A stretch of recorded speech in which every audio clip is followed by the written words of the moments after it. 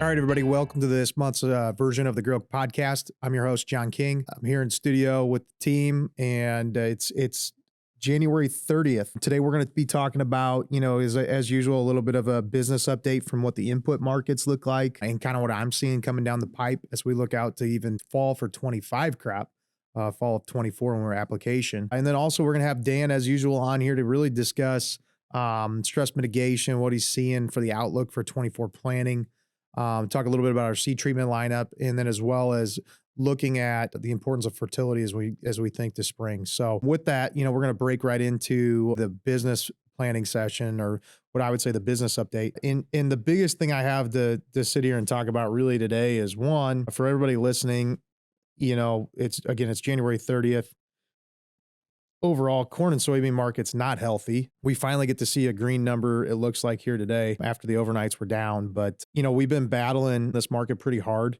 And I would say it's definitely turned buyers off at our level of retail. When we look at overall prepay year over year, we're not really seeing any notable change. We're probably down a little bit with prepay dollars on the book. So that just tells me that cash situations are a little bit tighter than what they were a year ago. Which is also easy to tell within, just looking at overall bushels on storage here at the elevator, and guys that are still waiting for opportunities to make sales. With looking at that as well, we had a meeting last week with some growers down here, and we talked about opportunities to both sell grain and buy inputs when we looked at 25 input outlook. And I kind of gave a really big picture idea of what it looks like, call it this past year. So if you were to put inputs on the fall of 23, you were looking, say you were doing a 224 units of nitrogen, 80 units of phosphorus, 60 units of potassium, and 20 units of sulfur. You'd have been looking at $150 an acre. And been last week, you've been 478 for D's 24 futures. You've been looking right at 31 bushel per acre to cover that cost. The best ratio we would have saw from summer of 23 in order to cover that $150 an acre was right around 28 bushels per acre. So when I look out to, the fall of 24 for 25 inputs, I don't see a whole lot of change from that overall. Again, this is looking at D's 25 at 483. I don't see a whole lot of change in overall bushels per acre in order to cover the same, roughly the same cost. We're going to be looking at, from the high to low side, probably 140 to 150 bucks an acre to put fertilizer on that crop next fall. So again, right around that 29 bushel per acre. Don't know where that rates overall to history, but for a lot of people that were buying inputs and could have been selling grain this summer, everything was feeling pretty good about 28 bushel per acre. So when looking at the low side opportunity for fall of 24, around 29 bushel an acre to cover, again, a 224 for nitrogen, 80 phosphorus, 60K, and 20 sulfur. I think there's a lot of good opportunities to be looking at. I think there's some things that maybe, if you're worried about the overall corn soybean markets, make sure you're dealing with your grain marketing advisor on strategies to protect yourself and guard risk out to even, because at the end of the day, all the inputs you got in the ground right now or that you've got prepaid, that's going to be it's your 24 crop, right? So the next purchases that you're going to be making, even though it seems like a long way away, but in the next 7 months, when we have summer fertilizer prices, that'll be against that D's 25 contract. And, we're still, there's going to be opportunities probably to sell that up at $5. And overall, from an input standpoint, when you look out to fall of 24, I just don't see where we're going to have any big time upside on a price per acre or cost per acre to put that crop in. I think there's some opportunity for some downside, but that window year over year is 10 to 15 bucks. Okay. It's not massive. We're not looking at, $100 an acre to put in from fertility standpoint, like we saw back in the low time frame. So, I think that's the biggest thing people have to be mindful of is most of the time, fertilizer affordability is more influenced by high grain prices, meaning that the grain price at that time was a really good opportunity to sell versus it was a really good time to buy fertilizer. So for guys listening to this, I still think it's a good opportunity to kind of be keeping an eye on D's 25. Again, when you look at, you don't have to sell 30 bushel the acre, right? You can sell 10 to 15, up around some targets around $5 that really covers some of that demand because, really when you look at that cost per acre, that's where it's going to roughly come in at is $140 to $155 an acre on the high side, probably, maybe with opportunity to be $135 an acre to do P and K. So those are things that I would say to be just to be mindful of, to be paying attention at, and keep an eye on. Overall, when we look at the spring market, the market here right out in front of us, I would say that's pretty ho hum. There's not a lot of upside, there's not a lot of downside. The only thing I would say is phosphates remain very tight. It's hard to get a hold of them. That situation is not getting better for overall supply, even with some of the anti-dumping duties that have been lowered. UAN prices are still very affordable today versus historicals. Prices are very flat, it seems like, on that product. Not a lot of downside as we look into pre-plant.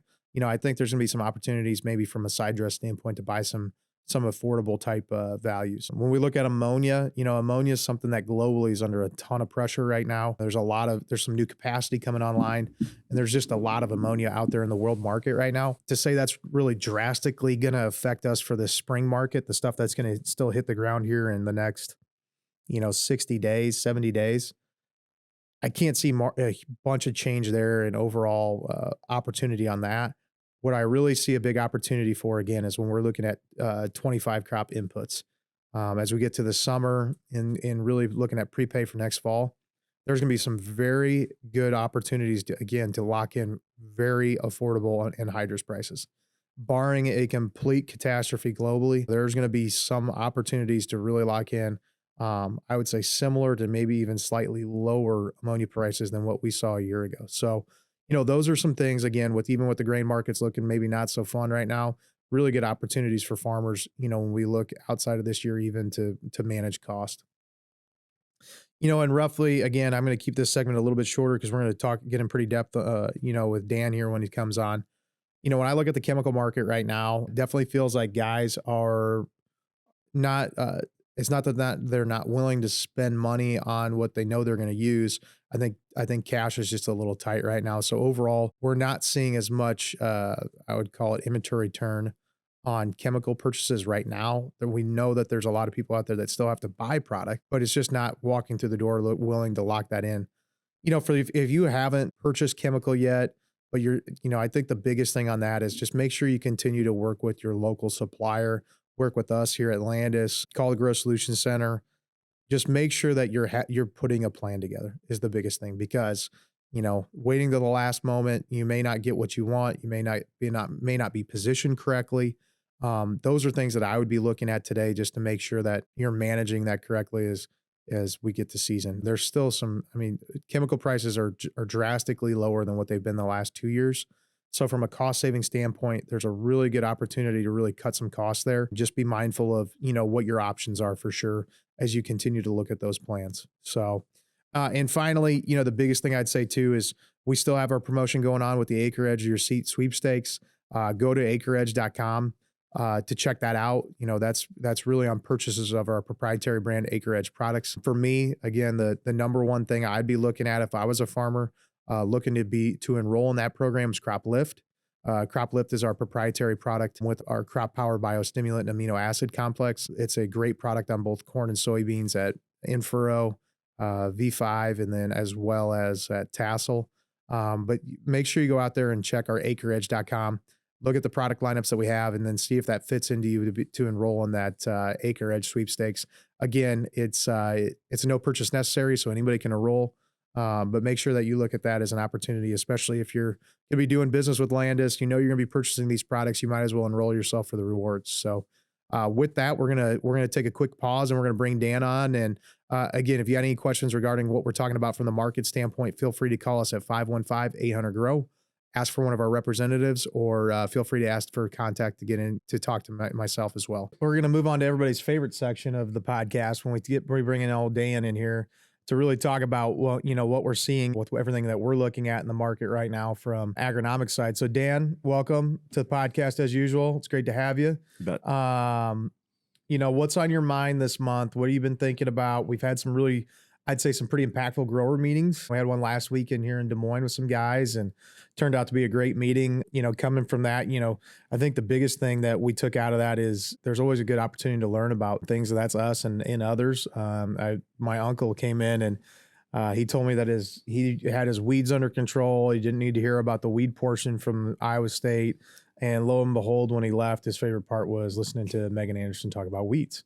So, I mean, it's always funny how it works out, but I thought it was a good roundup, and obviously it's going to be a good conversation for what we're going to talk about today. Well, John, that's what makes agronomy really fun. When I think of all these years when you're out there and you go into a season thinking one thing, and all of a sudden something else pops up, like 2 years ago, a tar spot went everywhere. Last year, it's soybean cyst nematode. With that meeting that we had, it really made me think a lot about 2024. What's it going to be like? Is it going to be stressful? I mean, we've had 4 years of stress. The guys have talked about, what's happened with the corn and soybean yields. And I thought, let's talk about, is it really possible to stress-proof corn and soybeans coming up? And obviously, if it doesn't rain, if it's 100 degrees for periods of 10 days at a time, that's going to take a toll. But I do think that there are some things we can do that will get our corn and soybeans much better prepared and able to fight off some of the stress that we could get. Well, I think the funny thing is, we're sitting here talking prior to come in, starting the podcast today, and 65% of your yield loss is really created from abiotic stress, stress from the environment. And that might be the soil environment, the disease environment, insect environment, whatever it may be, right? Just purely from the environment. And every time you present, or a lot of times you present, you always talk about Liebig's law, right? Your law of diminishing returns, things like that. And when I look at a lot of the things that we keep preaching, it's all about patching that board and trying to keep as much water in the bucket. And a lot of what we talked about with the guys last week was a hula, right? 600 and some bushel corn, and the other guy with 200 bushel beans, right? And really taking that mentality of, obviously you're not going to have that goal on every acre, but what are the big time guys doing in order to manage stress? And I think we had an awesome meeting really talking about what those things that we see as big stressors out there this past year that didn't cure themselves over the winter, by the way. And it's not like we're not walking into 24 planting season with a better stress environment without doing anything. How are we going to plan for it? Well, when you think about what those guys do, so yield potential is way higher than our averages that we get with USDA and what the last 30, 40 years of our yields have tracked upward. But when you look at what those guys got and then what the average is, so last year's average, 177 bushels corn nationally, and Hula gets 600. So what is our individual yield goal? Our individual yield goal is what we'd want to get. We plan for 240, 250, 260, and then we get a number that's less than that. That difference is the gap, the yield gap. So what we're talking about today are some factors that will help us bridge that gap. And I think the first one, let's talk soybeans, because we know what happened to soybeans last year. Man, you have got to go with a premium seed treatment. Yep. How do we get better yields with soybeans? We're planting earlier. It's all about nodes, how many nodes we're getting on that plant. I remember in the early days, if we got our soybeans planted by the end of May, that was great. And then all of a sudden, I really give a little bit of credit, John, to your home state of Illinois, because they started working on this 5-6 years ago. One of the first things they did was they said, plant early, and guys did. And they had these yield contests, and individuals over there were getting 80, 90, 100 bushels an acre. And over here in Iowa, I mean, I don't want to make us feel bad, but we were getting 50, 60, maybe sometimes we'd get up to 70. I think the difference is they planted early and they used really good seed treatments. And we've got a premium seed treatment through our Acre Edge program this year that takes care of the multiple fungicides for those fusariums that come in. We've got SDS controlled with that as a part of the package. And then we've got Crop Power, which is a product we've been talking about it, biostimulant, that is really, really good in multiple ways. One of the things it does is it lowers temperature in that canopy, so it helps us in those heat stress of keeping that respiration level down. It does a lot of different things to help that plant, stimulates better root development. All these things would be, to me, the first stage of protection. And even when you plant early in April, what is the concern? What if it gets cold emergence. afterwards? One of the in the research of this product, one of the things that it did is it helped in those cold with cold temperatures. germ. Yeah. Fantastic product. Yeah, and I think the cool thing about it too is what we've done with the seed treatment lineup is, obviously we got our basic blocking and tackling, right? Our fungicide and insecticides, but really what we've gone to it is especially with the premium package. So Seed Enhance Plus is primarily just fungicide insecticide with the biostimulant. When you look at our Enhance Premium, it's fungicide insecticide, it's our biostimulant, it's Saltro, and then it's a seed finisher. And the best thing about that seed finisher is that, man, it makes those beans look like marbles. And from a standpoint of getting it through the planter efficiently, it's got a little bit of micronutrient package in it. It's truly going to be a pretty good, robust opportunity to get beans up and out of the ground. When you look at the overall, in my opinion, the thing that makes me most excited about what we've done with the Acre Edge lineup is seed treatment is going to continue to be something that's going to be evolved on. And I look at a company like Pivot Bio, right? They took their technology from the standpoint of being in furrow, and really found out that needs to go on the seed. Right. I think there's going to be continued effort from manufacturers, biological companies, biostimulant companies to figure out a way, because what's the plant do with what's it living off of early in their germination? It's just living off the cotyledon. Exactly. So by putting that on the seed as it's germinating, all that essential micronutrients or essential stuff that it needs to get over any early stresses to get out of the ground is right there. The other thing that I really like about the biostimulant, on top of what it does for respiration in the canopy, is one of the biggest things that it's been tested to overcome is salt stress, right? Oh yeah, So definitely. So you think about salt stress in whether you're doing in-furrow starter or just in general chloride stress early on in the growth period. It's going to flush salts from that crop system, and it's going to help uptake with potassium. So early water uptake and early growth. I mean, those are things that, again, and this is for everybody listening, and we've talked a lot about the biological market. Again, there's so many variations of what people are bringing to market, what people are looking at. You have to know what you're looking for in a product that you want to bring to customers. And, the whole journey through our Acre Edge development and what we've tried to do. For me, the exciting part is, this is really spring one, right? This is year one of getting to enact this. And we've really tested a lot of this stuff that we're putting into action now. And now we get to enjoy the fruits of our labor because the customers are excited about what we have. And, from a performance standpoint, we know what's going to work because we've been along the whole journey of hand picking it. So Well, we saw the results that we had last year, and Yeah. there's research documents that of people that have been looking at the biostimulant market, for the last 10 to 15 years. So in a way, this is a new proprietary product for us, but this research has been ongoing. We're just looking at a newer product that's better right. than some of the initial products, and that's the way business. That's the way any product development occurs. You come with something. Just think of the first computers we had, how much memory had, and how well they worked. And I'll think today what we have.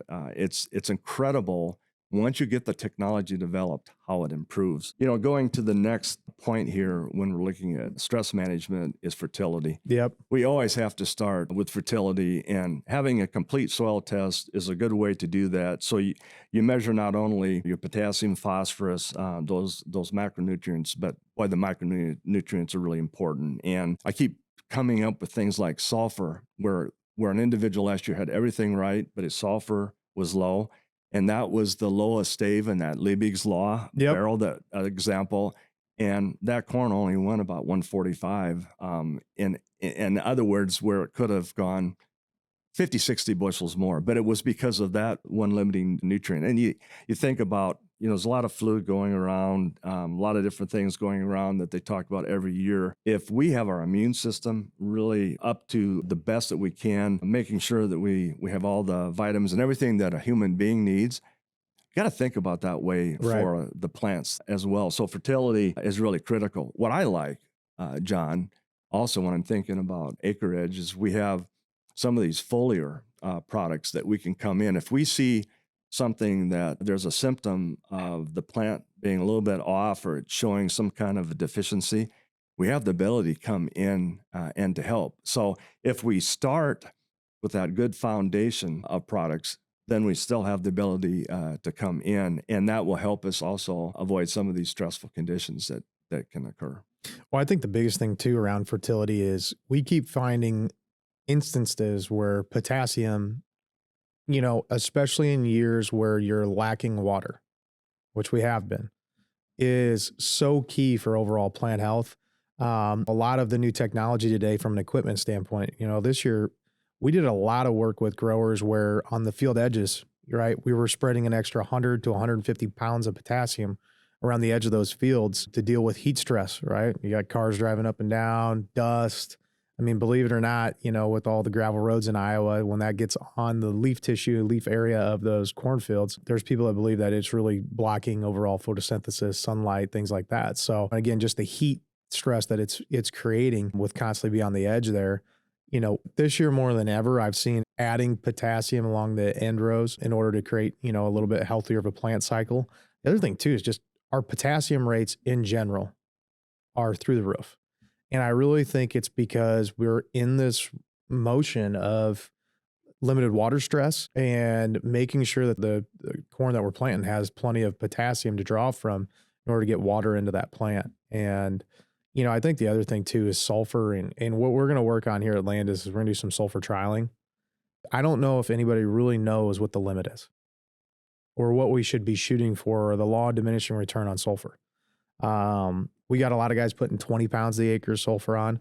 We got some guys putting 45 pounds to the acre of sulfur. So, that's the biggest thing is I don't know if we know where the limit is. And, what's the key to sulfur, Dan? What's it do for the plant? Sulfur is really key in utilizing nitrogen in protein synthesis. Yep. And protein is everything because ultimately that's going into the soybean seed or the kernel. Well, and you think about it too, we have a lot of people that are really focused on nitrogen use efficiency. You can't be efficient with your nitrogen unless you have the conversation with sulfur as well, right? Absolutely, because what happens is that the yields aren't what we think. So we think, I'll put 50 pounds more nitrogen on, and we've lost it all. But if we don't have the sulfur to work hand in hand in ratio, it's not going to help us at all. No, it's not. And I think that's what happened to the one individual that I saw. He had plenty of nitrogen on, but his sulfur levels were low, and that overall corn yield was very low. It was in that about 150 bushel level. So we fixed that for him. And I think it's interesting because when we used to get 150, 200 bushels of corn, and we went with that 20, 30 pounds of sulfur for those times when we did that, it really did help. We're getting 250, 270, going up towards 300. We maybe need to double that. Yeah. Sulfur becomes almost a macronutrient. It's always been considered the secondary. It's definitely nutrient. A macro now. It's a macro with the yields and the hybrids that we have today. All of the trialing that we did initially to determine nutrient use was done with a whole generation ago of hybrids and soybean varieties, and they're newer, better, and I think we have to redo it. I mean, one of the things that we could do in our research is actually do some strip trialing with some of these new hybrids. We could do a whole session, guys, on the impact of genetics. And John, that's I know that's my thing. And I've been very kind. I think I'll show a couple photos of what silks look like and trying to get people to diversify. But the deep dive is an 8-hour discussion. Yeah. And not everybody, maybe Nate over here would be interested in that, but not everybody's interested in the 8-hour discussion. Not everybody has time for that one, I guess. But, the biggest thing when I think about that too is back to your point on soybean varieties. Okay. We talk about all the time, how do we get 100 bushel beans? Or excuse me, 100 bushel beans. And again, Hula had 200 bushel beans. Yep. It's not for everybody, right? Because it's a high management scenario, but I think we continue to look at some of these things. And again, part of the acre edge strategy is to continue to find ratable change in yield without having to really find extra ways to touch that crop, extra ways to do something different in order to make that change. We're trying to implement it within the existing practice of most of our customers. Now, and again, not all of that's for everybody either. Don't get me wrong. Right. But I think the biggest thing too, when you think about soybean yields, soybean hybrids, corn yields, corn hybrids. They're not the same that they were 3 years ago. They're not the same they were 10 years ago. They're not going to be the same in 10 years. And I think the genetics have done a lot the last 2 years with the heat stress we've seen throughout the Midwest. I mean, again, I look at our yields on the family farm in central Illinois where it basically didn't rain from Mother's Day to 4th of July. And to say what we ended up pulling off is astonishing. You thought you were done by the end of June. We thought we were done. I mean, if we didn't get a rain and around, before 4th of July, we would have been done. But, I mean, again, I think that's the resilience of these hybrids. But I think a lot of people also need to be looking at it from a different standpoint as, they always say, wow, the genetics are, man, they just keep saving us. And they do. But I think what everybody continues to miss is what am I not doing to really take it to the next level? Like what is it with the genetics? Because, it's going to come a point where 220 bushel corn is just not that cool, or 250 bushel corn is not that cool. So and it's not that we're that far away probably, honestly. So what's it going to take us to go to 290, well, 315? I think, one of the things that we've mentioned it a little bit, but specifically, we've come with a pretty specific recommendation for our biostimulant crop lift. And it's a biostimulant, but it also is included the amino complex. So you've got, and some micronutrients, you've got a full package there. And soybeans, V2. Yeah. V2 application post with our herbicide, corn V5. When you think about corn, V5, what's happening at V5? The actual ear, it's being determined, rows around and length. We don't want to stress it at that point. And it's interesting because when you think about last year, there was some stress going on in different parts of the Corn Belt at that stage. And I do think that individuals that paid attention to that, and I think that made a difference for you guys because absolutely. you were paying attention to that. It's critical. That's the first round. The second round then to use a product like Crop Lift is at fungicide time at that VT stage, because right after VT, you go into that blister stage, and the number one stage in corn for potential abortion of those kernels is in the blister. They're very sensitive. Once you can get past there and get into dough, then it's a matter of kernel size. But if you lose them early, that's just a there's killer. no coming back from that. So we have two opportunities to come in, both at the time, especially with corn when we're building that ear, and then to hold on to the kernels of that ear. Really, really critical. And then we will know how this year is going. We're going to know how much rain we get this spring. We're going to know sort of the way the year is developing. And I mean, the last 4 years, we've known we've been in D2, D3 drought. We've gone in with subsoil moisture that's deficient, and it just has been what it's been, like what you were talking about. It just hasn't rained. If we get into that environment, another benefit is, how do you build better roots? This is another way to make sure that our root system is going deep enough and trying to get to where that water is, and Crop Lift will help do that. Yeah. Multiple things that it does in the plant. Yeah, I mean, I think the biggest thing too is when you look at it from a stress mitigation standpoint, it always comes back to me for the core principles of what they continue to find, what that does to the actual plant, and that is eliminate salts, increased potassium uptake. In order to have potassium uptake, what do you have to have? Water flow. So when you get into stress environments, you're getting potassium and water. It's helping improve that, and that to me is why. Again, scientifically, it's a great product, and it's proven to work. So, for us, what I'm excited about for this summer is part of what we're doing with the manufacturing. We're going to start looking at a lot of different new type of small blends. So part of the plots that we're going to be doing both at Farnhamville and other places is just looking at what are the products that we think we can have notable change for next year. Crop Lift, as we've talked a lot about, is basically I'm going to call it our house. It's the bread and butter. It's what we built the brand on, and it's a proven product. What I'm looking at now for next year is how do we start creating the next product? And I think a lot of what we're going to be looking at is really in that tassel timeframe. There's more things like that with copper as a natural biofungicide. There's more things that we can continue to look at to really push yields. I think some of it too, what we're going to continue to look at is raw ingredients. We talk a lot about it when we look at the acreage portfolio is the value of being a base manufacturer for your own products is you can control the raw ingredients that you're putting in them.